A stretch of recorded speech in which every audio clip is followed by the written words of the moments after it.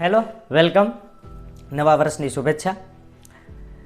આપણી આસપાસ ઘણા પ્રકારના લોકો હોય છે, રહેતા હોય, અથવા તો આપણે એની મુલાકાત લેતા હોય. જેમ કે કોઈ સારા એવા નામાંકિત શહેરના ડૉક્ટર્સ હોય, નામાંકિત વકીલ હોય, કોઈ પોલીસ અધિકારી હોય, નાના મોટા ધંધાર્થી હોય, કોઈ ઊંચા ગજાના બિઝનેસમેન હોય, વ્યક્તિગત પોતાનું જે કોઈ જીવન નિર્વાહ ચાલતો હોય એ પ્રકારે કામ કરતા હોય છે. અને આપણી આસપાસ રહે છે ને આપણી કોઈ મુલાકાત થાય તો સહજ ભાવે આપણે એની વાતચીત કરતા હોય ને મુલાકાત થતી હોય. એમાં કોઈ બીજો અહોભાવ ન આવતો હોય. પણ મને આશ્ચર્ય ત્યારે થાય કે જ્યારે આપણે કોઈ એવા રાજકારણી, પોલિટિશિયન, સામાન્ય એમએલએ હોય, ધારાસભ્ય હોય કે કોઈ ઊંચા ગજના મંત્રી હોય તો એમને ભાળીને કેમ અચાનક એમ હીન ભાવના આવી જાય છે. એ એક પ્રકારના માણસ જ છે. આ બધાય સમાજના લોકો છે એને એક બાજુ રાખો, એક બાજુ કોઈ એક રાજકારણી કે રાજનેતાને રાખો તો અચાનક એને ભાળે ને એટલે પોતે કેમ 700-800 વર્ષ આ ગુલામીમાં જીવાય, એ તમને અચાનક તમારી ગુલામી કેમ યાદ આવી જાય છે. અચાનક એમના પગે પડવા માંડે, એમની સાથે ફોટા લેવા માંડે, ફેસબુક, ઇન્સ્ટાગ્રામ, સોશિયલ મીડિયા બધે એના ફોટો શેર કરવા માંડે.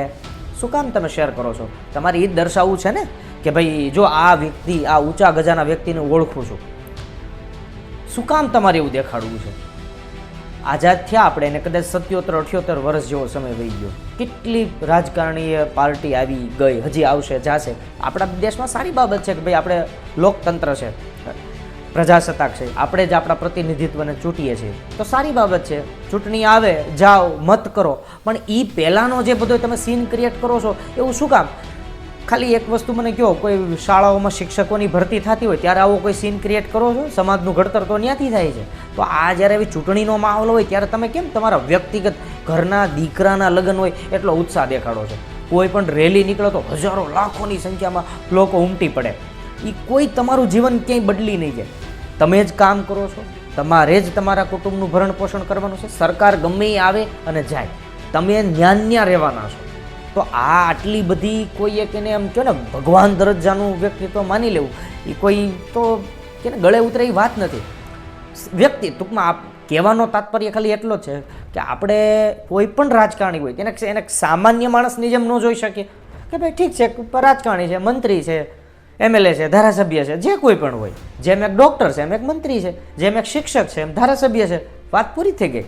એ પણ આપને દુકાને પણ કોઈ પણ એવો રાજકારણી કે રાજકારણ સાથે કે પોલિટિક્સ સાથે જોડાયેલો વ્યક્તિ નીકળે એટલે એની આસપાસ એકલું ન હોય, ઘૂમછો લોકો હોય. તો આ બધા લોકો કોણ છે? આટલા વર્ષો આઝાદીના વહી ગયા. તમારા દેશમાં જે કંઈ થવાનું છે તમે વ્યક્તિગત લોકો કામ કરશે, લોકોમાં એજ્યુકેશન આવશે તો જ એ વસ્તુ આપણા દેશનું લેવલ અને ઉપર આવશે. તમને એમ લાગે કે કોઈ આ પાર્ટીના વ્યક્તિ કે આ પાર્ટીના લોકો સત્તામાં આવી જાય અને એ દેશનો વિકાસ કરી નાખશે અને તમે કેમ ને ભારત છે રામ રાજ્ય થઈ જાય તો એ તમારો ભ્રમ છે. નો ડાઉટ આપણા માટે બહુ પ્રાઉડની બાબત છે કે ભારત આખા કદાચ દુનિયામાં એકમાત્ર એવો દેશ છે જે સંપૂર્ણ લોકતંત્ર છે. તો સારી બાબત છે. ચૂંટણી આવે, જાઓ, મત કરો, ધેટ્સ ઓલ. આપણે કેમ કોઈના મેરેજમાં ગયા હોય તો ફક્ત મેરેજના સમયે જવાનું, મેરેજ અટેન્ડ કરવાના, શુભેચ્છા આપી નીકળી જાય. તો સેમ એ જ વસ્તુ ચૂંટણી આવે, મત દઈને નીકળી જાઓ. એ પહેલાંનો સીન, એ પછીનો સીન, શું કામ એટલું બધું હાઇપ ક્રિએટ કરો છો?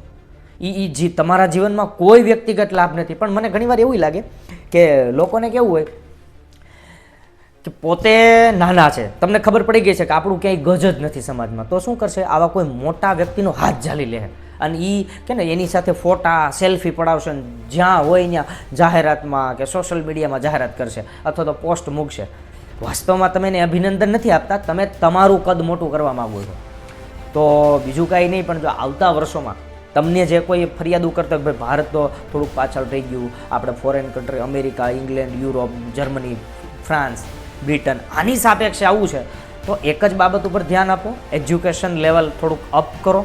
અને કોઈ પણને જે તમે તમારા વ્યક્તિત્વથી આ દુનિયામાં કોઈ જ મોટું નથી. નો ડાઉટ રિસ્પેક્ટેબલ છે, ડ્યુટી આપો, મત આપો, જીતાડો, એનું કામ કરશે. પણ એ સિવાય એને કોઈ કદ વધારે આપવાની જરૂર છે નહીં. નમસ્કાર, મળ્યા. જય હિન્દ.